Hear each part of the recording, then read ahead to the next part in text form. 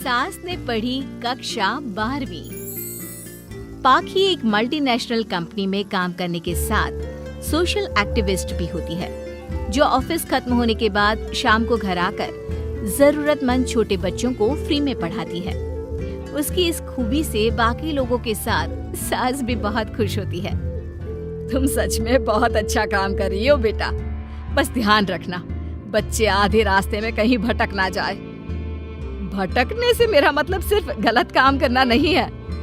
कोई घर की जरूरत के लिए नौकरी करने लगे या किसी के घर वाले उसकी शादी करा दे, ये भी तो मंजिल से भटकना ही होता है ना।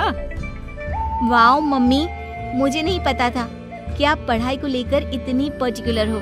पर फिक्र मत कीजिए, इनके साथ ऐसा कुछ नहीं होगा। बहू की बात पर मुस्कुराकर सास चली जाती है और पाखी बच्चों को पढ़ाने में बिजी हो जाती है। उसी रात पाखी और विराट साथ बैठकर बातें कर रहे होते हैं, जिसमें बहू सास की पढ़ाई को लेकर नजरिए का विराट के सामने जिक्र करती है। हाँ, मुझे सब पता है। ऐसे ही नहीं ये नालायक लड़का इतना पढ़ लिया।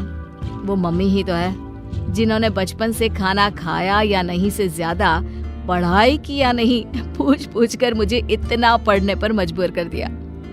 वो हमेशा मुझे पढ़ाई और सेल्फ इंडिपेंडेंट होने की इम्पोर्टेंस याद दिलाती रही, और आज मेरी ये सरकारी नौकरी, इतनी अच्छी पोस्ट, उसी का तो नतीजा है। वाओ, अगर मम्मी इतनी पढ़ी लिखी है तो कोई जॉब क्यों नहीं करती? और अगर जॉब नहीं करती तो मेरे साथ बच्चों को ही पढ़ा ले। तुम्हें किसने बोला कि मम्मी पढ़ी हुई हैं? उन्होंने तो अपनी 12th क्लास भी पूरी नहीं की। उससे पहले ही नाना जी ने मम्मी की शादी करा दी।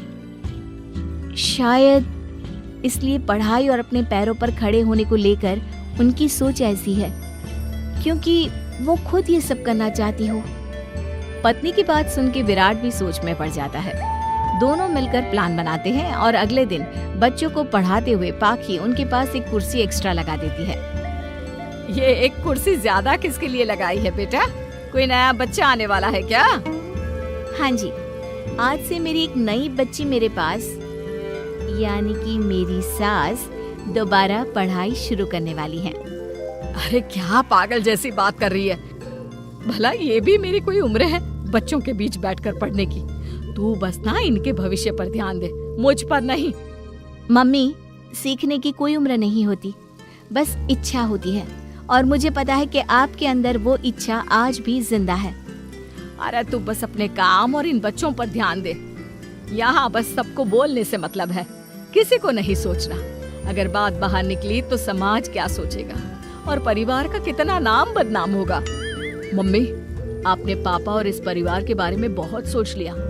सबकी खुशियों के लिए अपने सपने बहुत कुर्बान कर दिए। अब ये वक्त अपने पर ध्यान देने का है। और जिस समाज की आप बात कर रही हो ना, उसकी तो आदत है हर कामयाब होते इंसान पर पत्थर मारने की। बेटी को भी बहू का साथ देते देख सास गुस्से में अपना सर पकड़कर बड़बड़ाते हुए वहाँ से चली जाती है। ये स्टूडेंट थोड़ी जिद्दी है, पर इन्हें मैंने 12th क्लास पास नहीं कराई तो मैं भी अपनी सास की बहू नहीं। ये देखने में तो मजा ही आ जाएगा। इसी के साथ पति पत्नी मिलकर सास को पढ़ाने के मिशन पर लग जाते हैं, लेकिन सास उनकी हर कोशिश को नाकाम कर देती है। एक शाम विराट अपनी मम्मी के लिए 12th क्लास की बुक्स लेकर आता है, जिन्हें देखकर इस बार सास का गुस्सा उन दोनों पर मानो फूट ही पड़ता है। अरे तुम दोनों का दिमाग खराब हो गया है क्या, जो ये बेवजह की जिद पकड़े बैठ गए हो?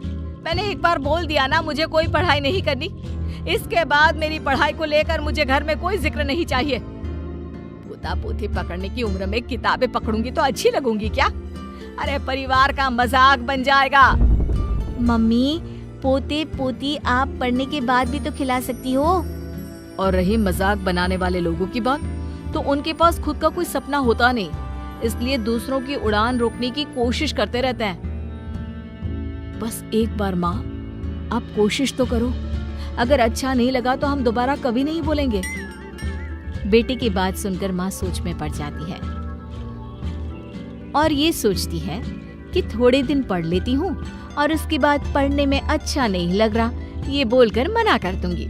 ऐसी प्लानिंग बनाकर वो पढ़ने के लिए तैयार हो जाती है। मौके का फायदा उठाकर तुरंत वे लोग सास का ओपन से 12th में एडमिशन करा देते हैं। मम्मी, आज से आपकी सारी जिम्मेदारी मेरी। अब तो आपका नाम टॉपर के लिस्ट में आने से कोई नहीं रोक सकता। ये मेरे सीधे बच्चे, इन्हें अंदाजा भी नहीं कि माँ का प्लान क्या है। पाखी सास को पढ़ाना शुरू करती है। दिन बीतते हैं जिसमें धीरे धीरे सास भी कंफर्टेबल होने लगती है, लेकिन फिर पाखी एक सब्जेक्ट पढ़ने के लिए ट्यूशन जाने का सजेशन देती है, जिस पर बहुत गुस्सा, ड्रामा करने और पाखी के लाख बार मनाने के बाद एक बार फिर सास तैयार हो जाती है। Thank you mummy. आपको नहीं पता कि आपका 12th क्लास पढ़ना हम दोनों के लिए कितना जरूरी है। अब ये सिर्फ आपका नहीं, हमारा सपना भी बन गया है। बहू की बात सुनकर सास अपने प्लान को लेकर सोच में पड़ जाती है। अगले दिन पाखी सास के साथ उन्हें ट्यूशन छोड़ने जा रही होती है, जहाँ रास्ते में पड़ोस की कुछ औरतें बैठी मिलती हैं। अरे वाह विराट की मम्मी, तुम्हारा इस उम्र में पढ़ाई का कौन सा भूत जाग गया? बहू को बोलो कि पोता पोती दे दे और बच्चों के साथ खेलो। अरे क्या उनके बीच बैठकर अपनी खिल्ली उड़वाने चल पड़ी? आंटी जी, जब सरकार या भगवान ने सीखने की कोई उम्र नहीं रखी तो आपको क्या दिक्कत है? अरे देखो तो जरा, बहू की जुबान कैसे कैंची जैसी चल रही है। अब सास घर संभालने की जगह इन सब चीजों पर ध्यान रखेगी तो बहू के तो ये हाल होने ही है ना। देखा बहू, इसलिए बोलती थी, अरे खाली दिमाग वालों से बहस नहीं करनी चाहिए, क्योंकि वो जब भी मुंह खोलेंगे गू ही बोलेंगे। उदाहरण तो तुमने अभी देख लिया। वैसे बहन, मैं तो अपना सपना पूरा कर लूंगी, लेकिन क्या यहाँ बैठकर पंचायत करने के अलावा तुम लोगों का कोई दूसरा सपना भी है? सारी औरतें चुप हो जाती हैं और सास बहू चले जाते हैं। अब सास के अंदर पढ़ने की इच्छा जाग उठती है और वो अपना प्लान छोड़ मन लगाकर पढ़ाई करना शुरू कर देती है। देखते ही देखते 1 साल बीतता है और बोर्ड एग्जाम शुरू हो जाते हैं। मम्मी, एग्जाम के लिए जाने से पहले जल्दी से ये दही शक्कर खा लो। अरे चल पागल, ये सब बच्चों के लिए होता है। अभी आप भी हमारे लिए स्कूल में एग्जाम देने वाली बच्ची ही तो हो। बच्चों का प्यार देखकर सासू माँ खुश हो जाती है और दही शक्कर खाकर विराट के साथ घर से निकल जाती है, जो मम्मी को एग्जाम सेंटर पर छोड़ ऑफिस चला जाता है। इसी तरह समय बीतता है और एग्जाम खत्म होने के बाद देखते ही देखते रिजल्ट भी आ जाता है। मेरी टॉपर माँ, तुमने तो तहलका मचा दिया। हर तरफ तुम्हारे ही चर्चे हैं। घर वाले ये खुशी मना रहे होते हैं कि वही औरतें उनके घर आती हैं। अरे पंचायत की टोली, आज मेरे घर कैसे? बस तुम्हें सॉरी और थैंक यू बोलने आए हैं। उस दिन तुम्हारी बातों और आज तुम्हारे काम ने हमें ये सिखाया कि सपने पूरे करने की कोई उम्र नहीं होती। इसलिए अब हम भी शादी, परिवार, बच्चे और न जाने कितनी वजहों से अधूरे छूटे सपनों को पूरा करेंगे बहन जी।